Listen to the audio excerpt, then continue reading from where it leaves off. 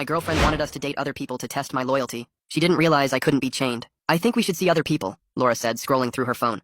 My sister did it before her engagement. It made them stronger. I looked up from my laptop. 3 years together, and she drops this over morning coffee. You're joking. I'm serious. 3 months. We date others, then come back together. If you really love me, you'll choose me in the end. The way she wouldn't meet my eyes told me everything. This wasn't about us. This was about someone else. Jess, if something's wrong, just tell me. Nothing's wrong. I just think we need to be sure before I waste more of my 20s. She finally looked at me. Unless you're scared, I'll find someone better. There it was. The challenge. The manipulation. Fine. 3 months. She smiled, but it didn't reach her eyes. Perfect. I already made a Hinge profile. Already made, of course. That night she went out. New dress, new perfume, wouldn't say where. Came back at 3 a.m. humming. I pretended to sleep. I downloaded Bumble that night, wrote that I was temporarily exploring while in a relationship, figured honesty would limit matches, but then Katie matched with me immediately.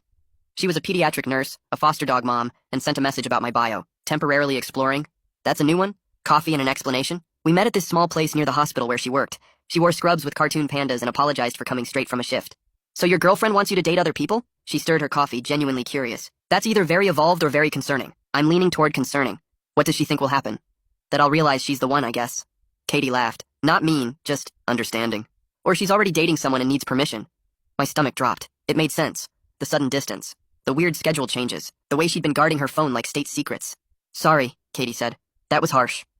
I don't know your situation. No, you might be right. We talked for 2 hours. She told me about her 12-hour shifts, the kid who finally got a heart transplant, her foster-failed dog who ate her couch. When Laura texted asking where I was, I realized I hadn't thought about her once. Laura was in the shower when I got home. Her phone buzzed with James from work. Can't wait to see you tomorrow night. Wear the red one I like. 6 months of messages scrolled back. While I was planning our future, she was planning her escape. Week 2, Laura started the performance, leaving for dates in dresses I'd never seen, coming home with hickeys she'd claim were allergic reactions. Testing me. How was your date? I'd ask. Fine. This experiment is really opening my eyes. She'd watch my face, waiting for jealousy. But I just kept seeing Katie. Coffee became dinner. Dinner became walking her dog together. She never pushed, never asked about Laura. I should tell you, Katie said one afternoon, throwing a ball for her foster dog. I don't do complicated. My job is complicated enough. So when you figure out what you're doing, let me know. Laura, meanwhile, became manic about my dating life. Who are you seeing?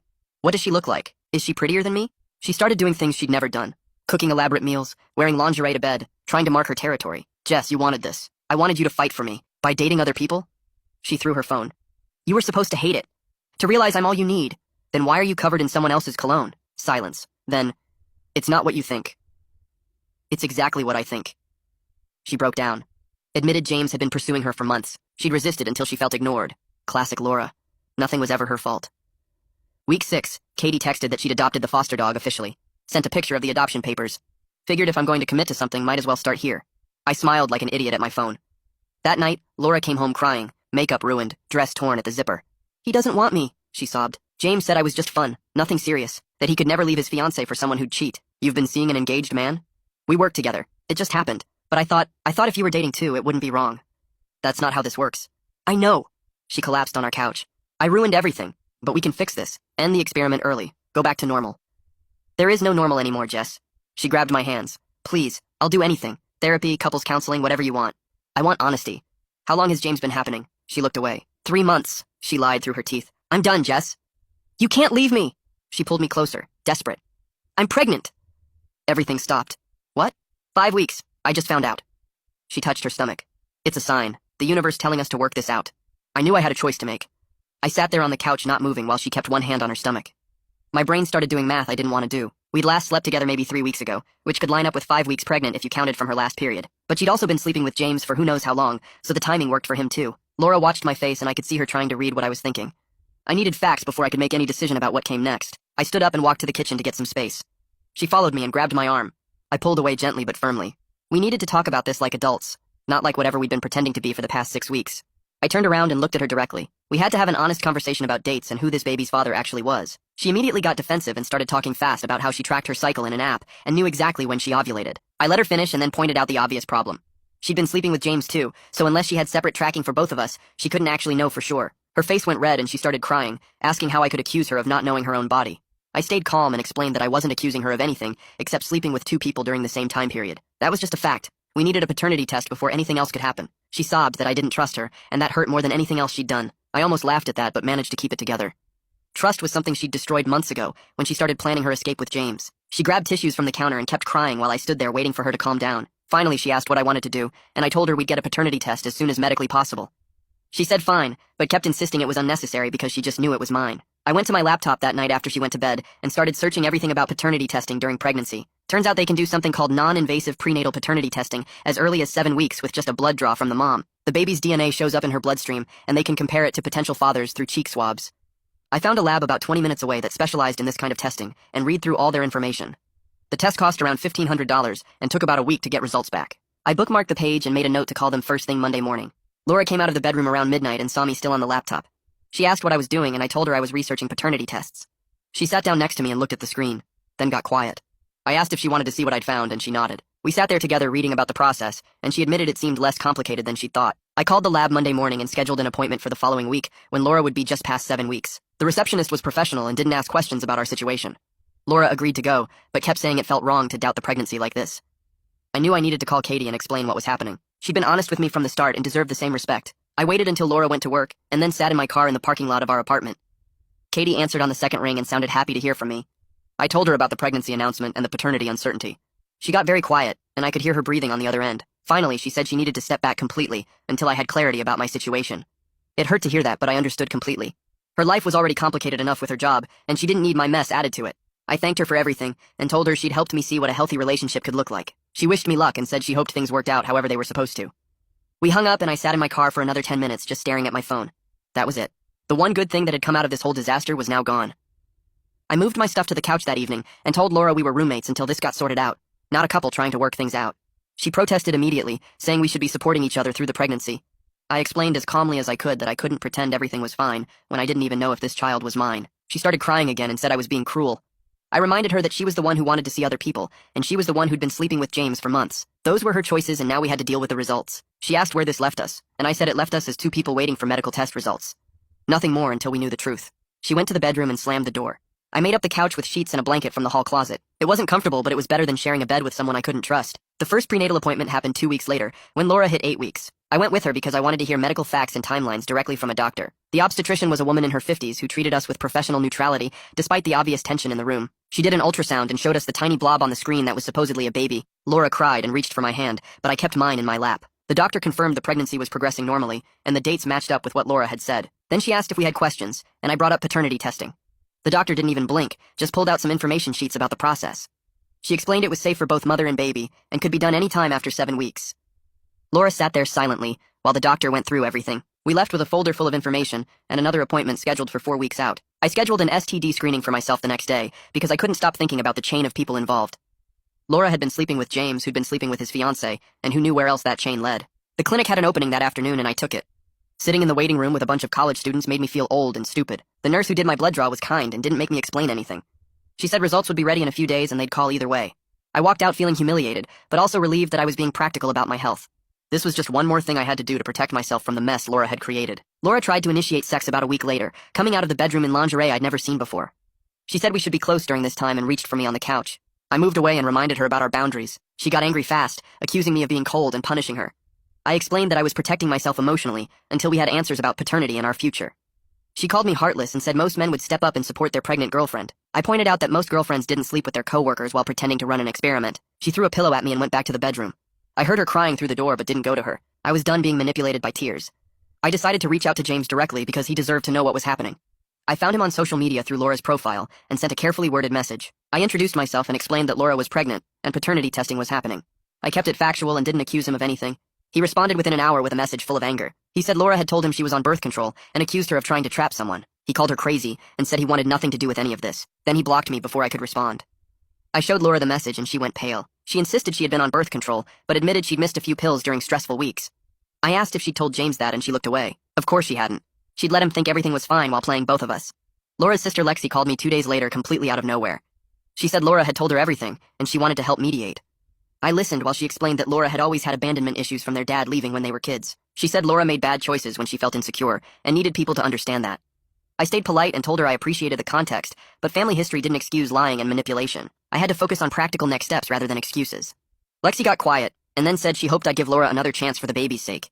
I told her the baby would be fine either way because I'd be a responsible father regardless of my relationship with Laura. Lexi said that was all she could ask for and hung up. I sat there thinking about how Laura's whole family seemed to enable her bad behavior by making excuses. I found a therapist named Audrey Howe online 2 days later. She had good reviews and specialized in relationship problems. Her office was in a small building downtown with a waiting room that smelled like lavender. I filled out intake forms asking about my relationship history and what brought me in. When she called me back, she was maybe 50 with gray hair and kind eyes. She listened while I explained everything about Laura, James, the pregnancy, the paternity uncertainty. She didn't interrupt or look shocked. When I finished, she asked what I wanted from therapy. I told her I needed to figure out how to handle this without losing my mind or becoming a bad person. She smiled and said those two things weren't connected the way I thought they were. Being kind didn't mean letting people hurt me. Being responsible didn't mean staying in a broken relationship. We spent the rest of the session talking about guilt and how I'd been taught that good people sacrifice their happiness for others. She gave me homework to write down every time I felt guilty and examine whether I actually did something wrong or just failed to meet someone else's unfair expectations. I left feeling lighter than I had in weeks. The next morning I went to a different bank across town and opened a new checking account. I transferred half our shared savings into it and started a spreadsheet tracking my expenses separately from Laura's. Rent, utilities, groceries, everything got split down the middle on paper. Laura noticed within 2 days when she checked our joint account balance. She came home from work looking upset and asked why I was moving money around. I explained that I needed clear financial boundaries regardless of what happened with the baby. She said it felt like I was preparing to abandon her. I reminded her that she'd been the one planning an exit strategy with James for months while I paid our bills. She went quiet and walked away. I kept updating the spreadsheet every day. My landlord lived in the building, so I knocked on his door that weekend to talk about our lease. He was an older guy who'd always been decent about maintenance requests. I explained that my girlfriend and I were splitting up and asked about options when our lease ended in 4 months. He nodded like he'd seen this before and said we could either find someone to take over my half, or he'd work with us on breaking the lease early if needed. He mentioned that spring was good for finding subtenants because of people moving for new jobs. I thanked him and felt relieved to have a practical exit plan forming. Having concrete steps made everything feel less overwhelming. My phone buzzed that afternoon with a text from Katie. She sent a picture of her dog wearing a bright green sweater with reindeer on it. The message said she hoped I was doing okay. I smiled at the photo and texted back that the sweater was ridiculous and I was glad she adopted him. I kept it light and didn't dump my problems on her. She sent back a thumbs up and a dog emoji. It felt good knowing she still cared enough to check in, even though she'd set boundaries. I didn't push for more. Week 9 came faster than I expected. Laura and I drove to the lab for the paternity test blood draw without talking much. The parking lot was half empty on a Tuesday morning. Inside, the technician was a young woman who explained the process while preparing the needle. She said they'd test Laura's blood for fetal DNA and compare it to my sample. Results would take about a week. Laura sat very still in the chair with her eyes closed, while the technician drew 3 vials of blood. Her face was pale and she looked scared in a way I hadn't seen before. When it was my turn, I watched the dark red blood fill the tube and thought about how weird it was that this would answer everything. We left separately because Laura said she needed to go straight to work. I sat in my car for a while thinking about what the results might show. My STD test results came back negative 3 days later through the clinic's online portal. I logged in during my lunch break and felt this huge wave of relief seeing all the negative markers. At least my physical health was intact. I didn't mention the test to Laura because it would just start another fight about trust. She'd accuse me of thinking she was dirty or something. I saved the results to my email and closed my laptop. That same week, Laura came home looking upset about something at work. She threw her bag on the couch and said people were gossiping about her and James. Apparently someone had seen them together before everything blew up, and now rumors were spreading through her department. She wanted sympathy about how unfair it was that people were judging her personal life. I pointed out that sleeping with a coworker had obvious workplace consequences. She called me heartless and said I should be supporting her.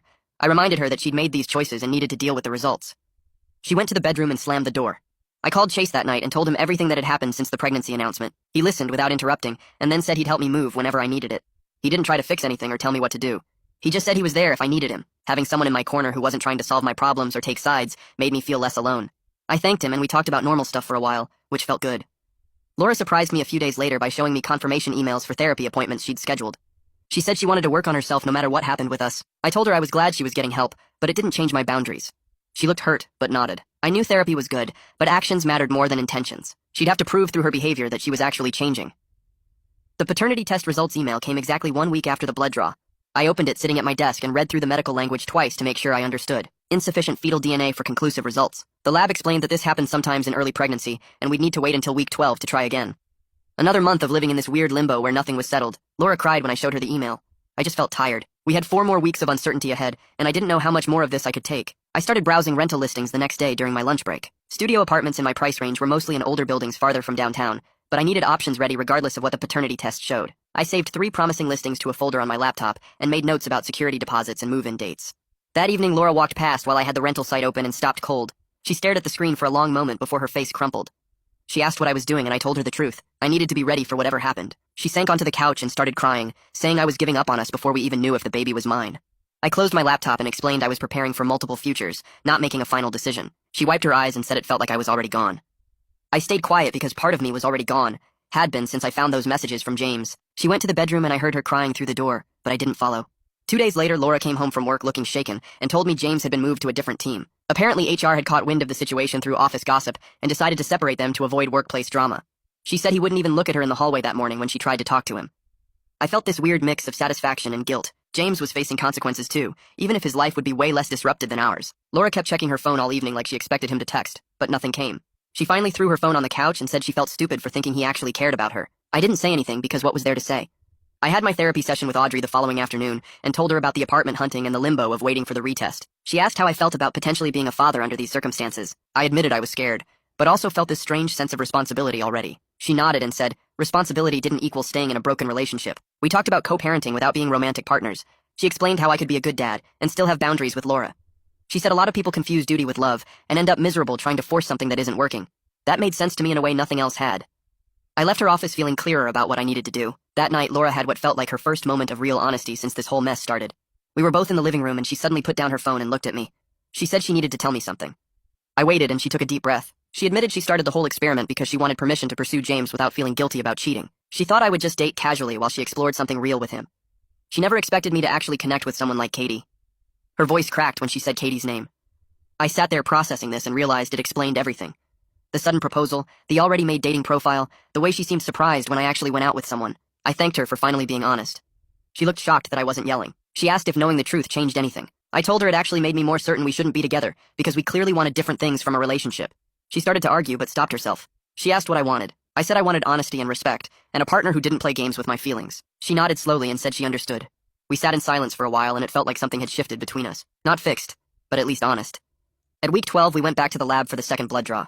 The technician was the same woman from before and she remembered us. She said this one should work because there was more fetal DNA in Laura's bloodstream now. She drew the blood efficiently and told us results would take another 10 days. Laura thanked her quietly, and we left separately because she had to go to work. The tension in our apartment over the next week and a half was almost unbearable. We moved around each other like strangers, careful not to touch or make eye contact. I found myself staying late at work just to avoid being home. I spent my evenings browsing rental listings and finally found a decent sublet available in 3 weeks.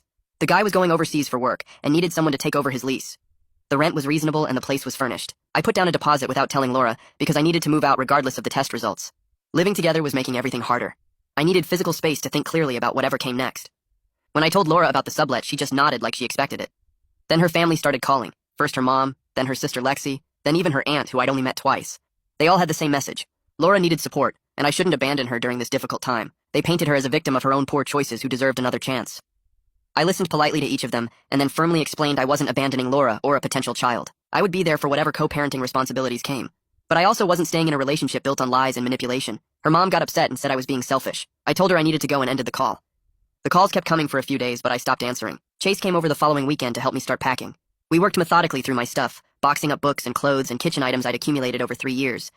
Laura sat on the couch the whole time watching us with this miserable expression. She didn't try to stop me or make dramatic pleas. She just watched. Chase asked if I wanted to grab lunch, and I said yes just to get out of the apartment.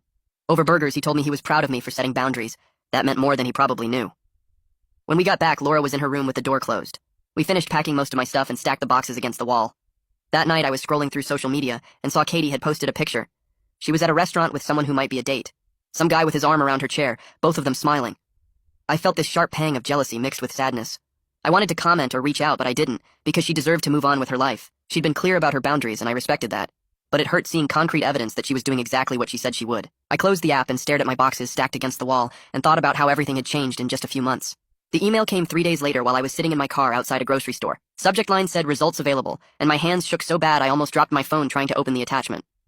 The PDF loaded slowly, and I stared at the numbers, not really understanding them at first. Then I saw it. Probability of paternity, 99. 9%. I set the phone down on the passenger seat and gripped the steering wheel. 20 minutes passed while I just sat there breathing and watching people push carts across the parking lot. A woman loaded groceries into her trunk. A kid dropped his juice box and started crying. Normal life happening all around me while mine completely changed direction. I picked up my phone again and looked at the numbers one more time to make sure I read them right. Then I started the car and drove to the apartment. Laura was on the couch watching something on her laptop when I walked in. She looked up and her face went pale because she could probably tell from my expression. I handed her my phone without saying anything. She read the results and tears started running down her face, but she was also smiling a little. Relief mixed with fear, exactly like the outline said. She opened her mouth to say something, but I cut her off. We needed to figure out a co-parenting plan that works for both of us. Not a relationship, not trying to fix things, just how we handle raising a kid together while living separate lives. She nodded and wiped her face with her sleeve. No arguments, no begging, just acceptance that the relationship part was truly over. I took my phone back and went to my room to call Katie. She answered after 2 rings, and I could hear traffic in the background like she was outside somewhere. I told her about the test results and thanked her for being honest with me when I needed it most. She was quiet for a second, then said she was glad I had answers and hoped everything worked out. But her voice had this distance to it. She was kind, but also making it clear she was moving forward with her own life. I told her I understood and hoped she found someone who deserves her. We said goodbye, and I sat on my bed staring at the boxes still stacked against the wall. Moving day was in 4 days, and I needed to finish packing. The sublet guy had confirmed everything was ready. I spent the rest of that week sorting through the last of my stuff and avoiding Laura as much as possible. She tried a few times to start conversations about baby names or nursery colors, but I shut it down. We could talk about practical stuff after I moved out and had some space to think. Chase showed up early on moving day with his truck, and we loaded everything in 2 trips. The sublet was across town in an older building with creaky floors, but the rent was reasonable. 1 bedroom, tiny kitchen, bathroom with tiles that didn't quite match. The guy had left basic furniture, including a couch that sagged in the middle and a bed frame that squeaked when you sat on it, but it was mine. My own space where I could think without Laura's emotional presence constantly demanding attention. I unpacked the essentials that first night and ordered pizza because I was too tired to cook. Sitting alone in my new place eating mediocre pizza felt better than the last month living with Laura. My stress levels dropped immediately just from having physical distance. 2 days later, Laura texted asking if we could meet to talk about practical stuff. I suggested a coffee shop halfway between our places. Neutral ground. She was already there when I arrived, sitting at a corner table with her hands wrapped around a mug. I got coffee and sat down across from her. The conversation was awkward at first. Long pauses. Careful word choices. But we managed to cover the basics. Doctor appointments, and she wanted me at the important ones. Finances, and we needed to split costs fairly. What happens after the baby is born and how custody might work. We agreed on some basic ideas about shared responsibility without shared romance. She took notes on her phone and I did the same. It felt businesslike and strange, but also productive. Like we were finally being honest about what this actually was. After an hour, we both ran out of things to say. I told her I was going to talk to a lawyer about understanding my rights and responsibilities. She nodded and said that made sense. We left separately and I felt this weird mix of sad and relieved. The next week I met with Keith Bradley, who specialized in unmarried parents. His office was in a converted house with mismatched furniture and stacks of files everywhere. He listened while I explained the whole situation without judgment. Then he walked me through what legal paternity establishment looks like. Signing an acknowledgement form at the hospital, what that means for custody and support. He pulled out examples of typical arrangements and explained decision-making authority. Medical choices, education, religion, all the stuff I hadn't even thought about yet. He said we could draft a preliminary agreement now, even though it wouldn't be legally binding until after the birth. Just something in writing so Laura and I both understood what we were committing to. Over the next 2 meetings, Keith helped me put together a document covering custody schedules and financial contributions. We included sections about holidays and vacations and how to handle disagreements. Reading through it made everything feel real and overwhelming. This was my life now. Co-parenting with someone I didn't trust anymore, but having a plan made it feel more manageable than just floating in uncertainty. I opened a new savings account the same week and set up automatic transfers. $200 every paycheck going toward baby expenses, medical bills, furniture, childcare eventually. The numbers were scary when I added them up over a year, but Keith had explained that planning ahead was better than scrambling later. I bought a notebook and started tracking everything. What I spent, what Laura spent, keeping records in case we needed them later. At week 19, Laura texted asking if I would come to the anatomy scan appointment. I said yes because I wanted to be involved in major medical stuff. The appointment was early on a Tuesday and I met her at the clinic. We sat in the waiting room not talking much.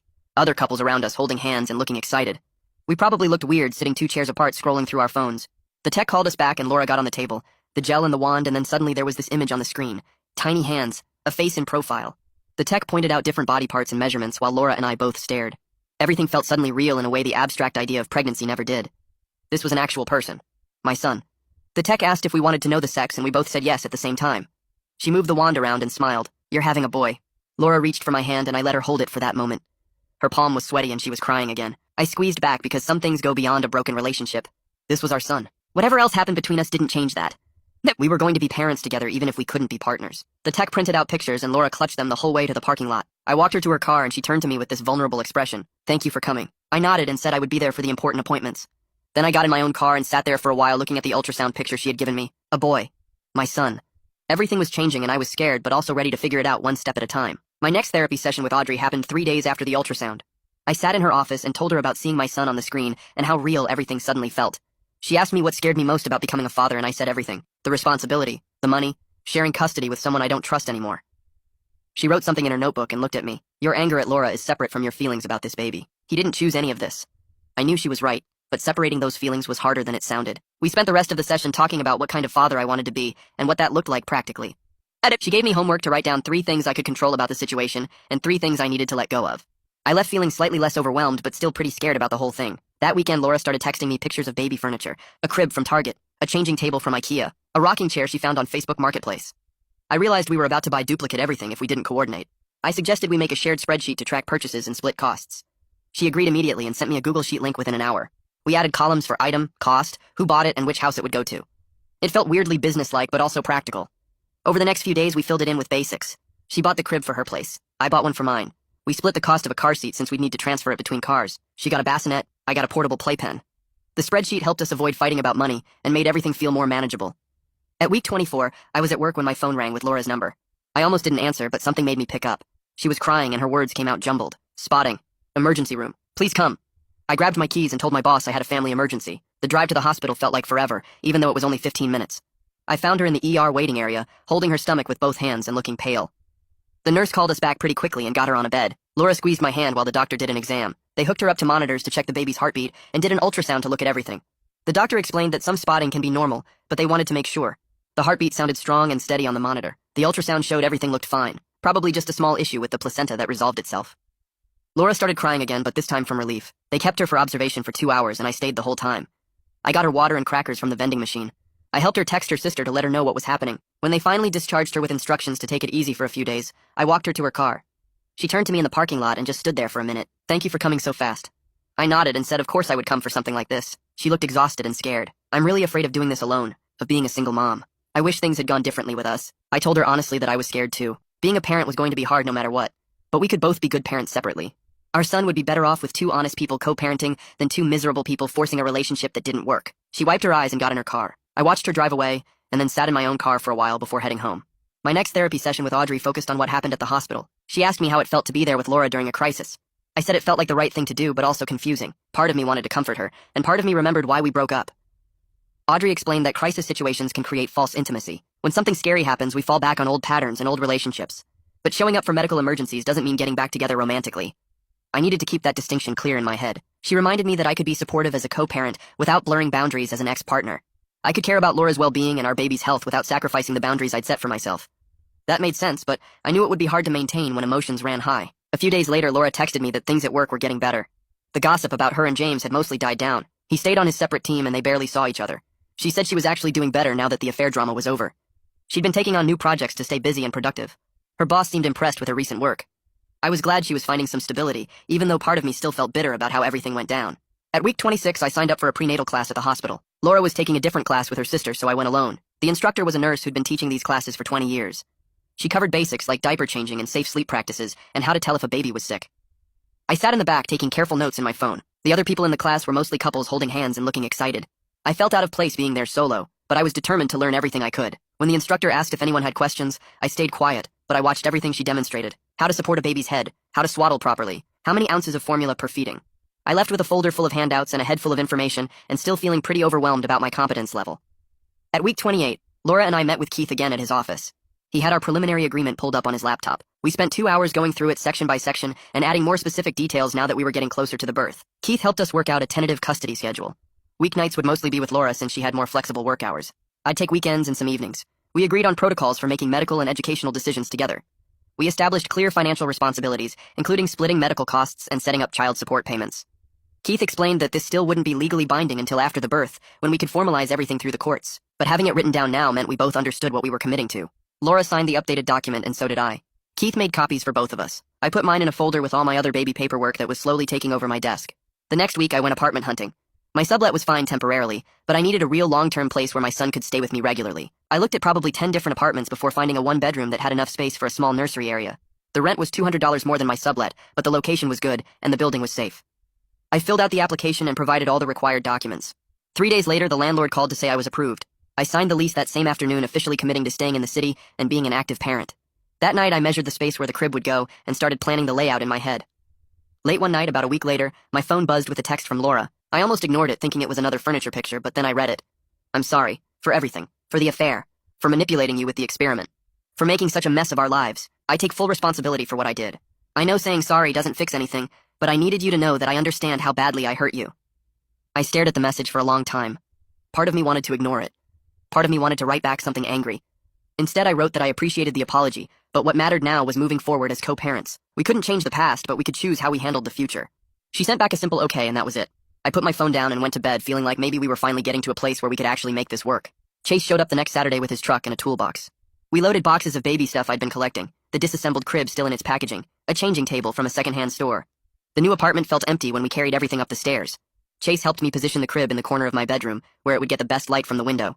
We spent 2 hours following the instruction manual, connecting rails and tightening bolts.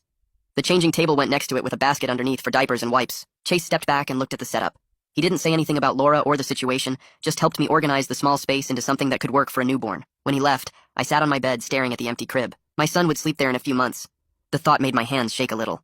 At week 32, Laura and I met at the hospital for the scheduled tour. A group of about 15 couples gathered in the lobby, all of them holding hands or touching each other's backs. The tour guide, a nurse in purple scrubs, led us through the maternity ward, showing us the triage area where we'd check in during labor.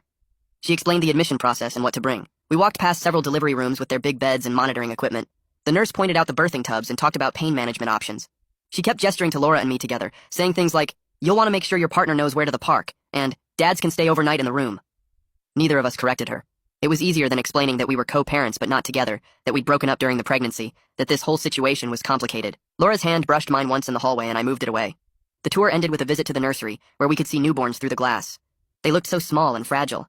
I tried to picture myself holding one in a few weeks. 2 days later, Laura texted asking if I had time to talk about names. We met at the same coffee shop where this whole mess had started months ago. She had a list on her phone of boys' names she liked. I'd made my own list.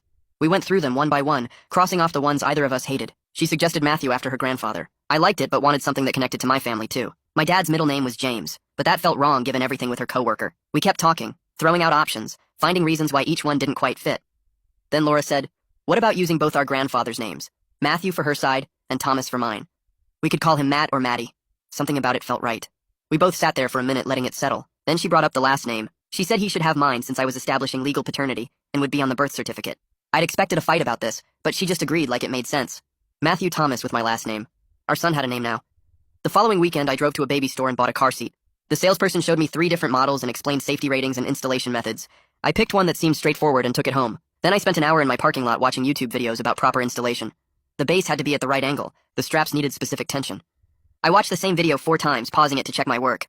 I uninstalled and reinstalled the base 3 times before I felt confident it was secure. The level indicator finally showed green. I tugged on it hard to make sure it didn't move. Then I sat in my car looking at the empty seat, imagining bringing Matthew home from the hospital in it. The responsibility felt massive. My phone buzzed that evening with a message from Katie. She'd heard about the baby through someone we both knew. The text was short and kind, congratulating me and wishing me well. I stared at it for a while before responding. I thanked her and told her I hoped she was doing great. She sent back a simple thumbs up. That was it. Our connection had been real, but the timing had been impossible. She deserved someone without all this baggage. I put my phone down and felt the weight of what could have been, but I couldn't change any of it now. At week 36, Laura and I sat in her apartment finalizing our hospital plan. She wanted her sister in the delivery room along with me. I asked what my role would be during labor. She said I'd be there as Matthew's father and as her support person, helping her through contractions and staying focused on the baby. We agreed I'd be the one to cut the umbilical cord. We talked about what happens immediately after birth, skin-to-skin contact, the first feeding. Laura made me promise I'd be there no matter what time she went into labor. I promised. We wrote everything down so we both had the same understanding. No surprises, no drama, just 2 people trying to do right by their kid. I packed my hospital bag that night. Snacks because I'd heard labor could take forever and hospital food was terrible. Phone charger and backup battery. A change of clothes in case I got sweaty or dirty. A list of people to call after Matthew was born. My parents first, then Chase and a few other friends. I added a notebook to write down details I might forget later. I put the bag by my door so I could grab it fast. Every time my phone rang over the next few weeks, my heart jumped thinking it might be Laura saying it was time. The call came at 2 in the morning when I was 39 weeks. Laura's voice was tight and controlled, not panicking but clearly in pain. She said her contractions were 5 minutes apart and getting stronger. I grabbed my bag and drove to her apartment. She was dressed and had her own bag ready by the door. I helped her down the stairs, stopping twice when contractions hit. She breathed through them, gripping the railing. We timed them in the car on the way to the hospital. 4 minutes apart now. The roads were empty at that hour. I drove carefully, no sudden stops or sharp turns. Laura kept her eyes closed between contractions. We didn't talk much. I parked in the emergency lot and helped her inside to the maternity ward check-in. The labor went on for 16 hours. They got Laura into a delivery room and set up all the monitors. Her sister showed up around 6 in the morning. The contractions got worse as the hours passed. Laura squeezed my hand so hard during the bad ones I thought she might break my fingers. I stayed next to the bed, getting her ice chips when she asked, helping her shift positions when her back hurt. The nurses came in regularly to check her progress. Centimeters dilated, effacement percentages, all these measurements I didn't fully understand. Around hour 12, Laura started crying, saying she couldn't do this anymore. Her sister and I both told her she was doing great, that Matthew would be here soon. I felt useless watching her in that much pain, but I stayed. I didn't leave the room except to use the bathroom once. Despite everything that had happened between us, despite all the lies and hurt, I was grateful to be there for this moment. She needed someone, and I was Matthew's father. That mattered more than our broken relationship. At 6:47 p.m., the doctor said it was time to push. 3 more nurses came in. Everyone got into position. Laura pushed for 40 minutes, exhausting herself with each contraction. Then suddenly there he was. The doctor held up this tiny wet person who immediately started crying. They put him on Laura's chest for a minute while they cleaned him off. 7 pounds 3 ounces, the nurse announced. Then she wrapped him in a blanket and brought him over to me. I held my son for the first time. He was so small, his face red and scrunched up, his fingers curled into fists. Something shifted inside me, this fierce protective love that came out of nowhere and hit me like a truck. I couldn't stop looking at him. Laura was crying, watching us from the bed. Her sister was crying too. The nurses were cleaning up and doing their job around us, but in that moment nothing else existed except this tiny person in my arms. Matthew Thomas, my son. Whatever mess Laura and I had made of our relationship, we'd created him. That was all that mattered now. The nurse brought over a clipboard with paperwork an hour after Matthew was born. I read through the acknowledgement of paternity form, while Laura held our son against her chest. The legal language was dense, but the meaning was clear. By signing this, I was officially establishing myself as Matthew's father in the eyes of the state. Laura looked over at me, waiting to see what I would do. I picked up the pen and signed my name on the line. She signed her section too, and we both dated it. The nurse witnessed our signatures and took the clipboard back. That was it. Official and legal. We were Matthew's parents, regardless of what happened between us as a couple. The next 2 days in the hospital passed in a blur of diaper changes and feeding schedules. The nurses showed us how to swaddle Matthew properly, how to support his head, how to check if he was latched correctly during feedings. Laura and I took turns practicing each skill, while the nurses watched and corrected our technique. I was surprised by how easily we worked together when we focused on Matthew instead of our broken relationship. She would hand me a clean diaper at exactly the right moment. I would grab the burp cloth before she even asked for it. We moved around each other smoothly, like we had been doing this for years instead of hours. The nurses kept calling us mom and dad and asking questions about our plans at home. They assumed we lived together and were a couple. Neither of us corrected them because it seemed pointless to explain our complicated situation to strangers we would never see again. What mattered was that we were both learning how to care for our son. On the third day, they discharged us, and I drove Laura and Matthew back to her apartment. I helped carry her bags upstairs and made sure she had everything she needed before I left. 2 weeks later, we had settled into a custody rhythm that actually worked. I picked Matthew up every Tuesday and Friday evening and kept him overnight at my place. Laura packed his diaper bag with everything he needed and walked me through his current schedule each time. I brought him back the next morning and we traded notes about how he slept and ate. My therapy sessions with Audrey helped me process the stress of being a new parent while navigating co-parenting with Laura. She seemed genuinely committed to working on herself too, based on updates she shared about her own therapy. Katie had moved on with her life, and I was glad for her even though it stung a little. My focus was on being the father Matthew deserved. The future was not what I had planned when Laura and I first got together. But I was building something honest and stable from the wreckage of our relationship. Matthew would grow up knowing both his parents chose responsibility and truth over convenient lies. That mattered more than anything else. And that wraps it up for today. I like when stories hold a small lesson you can actually take into the real world. If one detail stuck with you, then it did its job. Subscribe so you are ready for the next one.